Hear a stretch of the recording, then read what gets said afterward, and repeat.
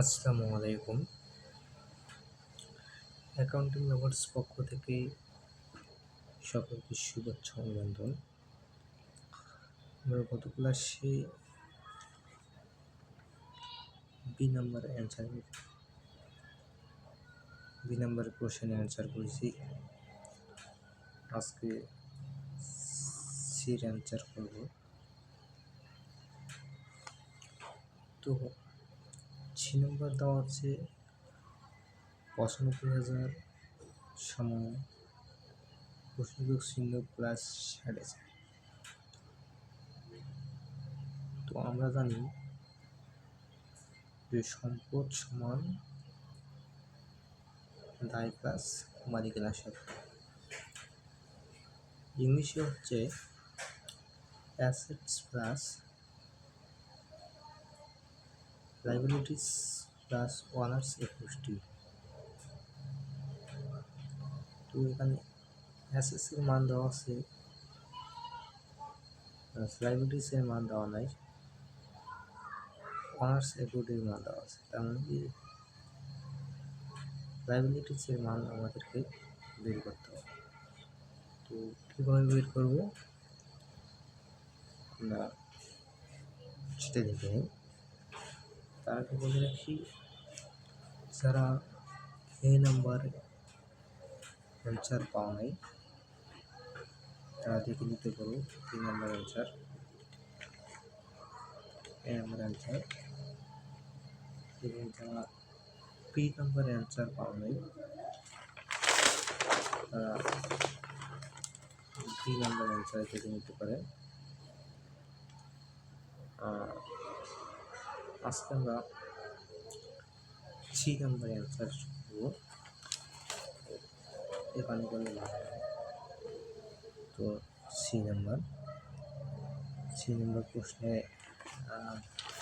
দেওয়া আছে 95,000। C number আছে 95,000 প্লাস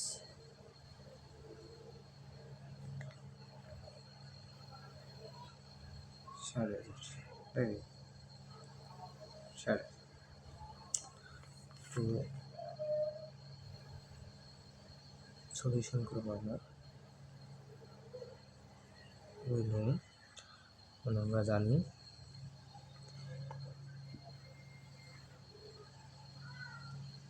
অ্যাসেট সমান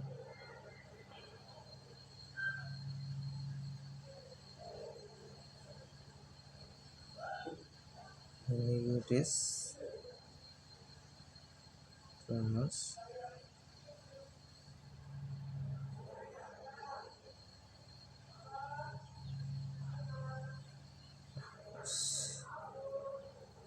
ইকুইটি।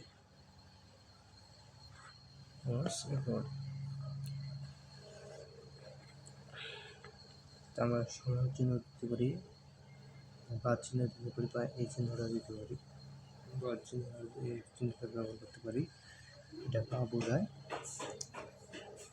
যেহেতু এসএস এর মান দেওয়া আছে 95,000, তারপর সমান লাইবিলিটিসের মান দেওয়া নাই, যেহেতু দেওয়া নাই ওটাই দেখি, এতে এর মান বাদ দিতে হবে।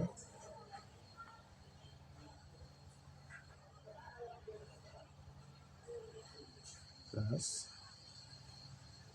আমার সিকিউরিটির মান দেওয়া আছে 60,000।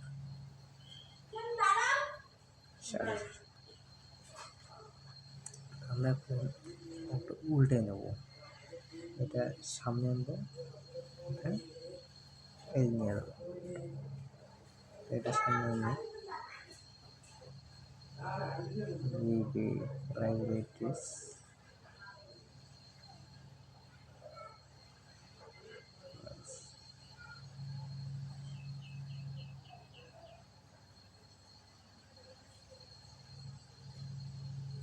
এটা এই পাশে নিয়ে যাবো।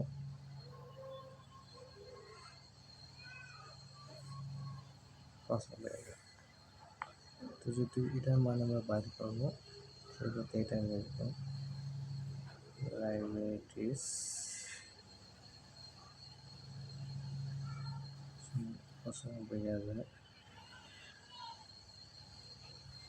এটা প্যাসেজে মাইনাস হবে, প্লাস আছে প্যাসেজে মাইনাস 60,000।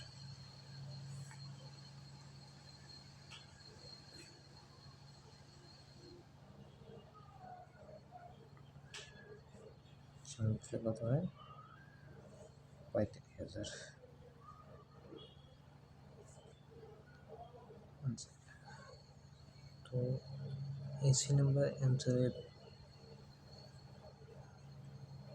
উত্তরটি আমরা আজকে যে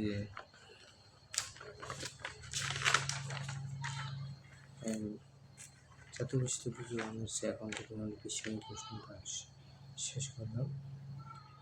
আমাদের জাতীয় বিশ্ববিদ্যালয়ে কত সালের কোন অঙ্কটির সমাধান লাগবে আপনারা কমেন্টে জানান।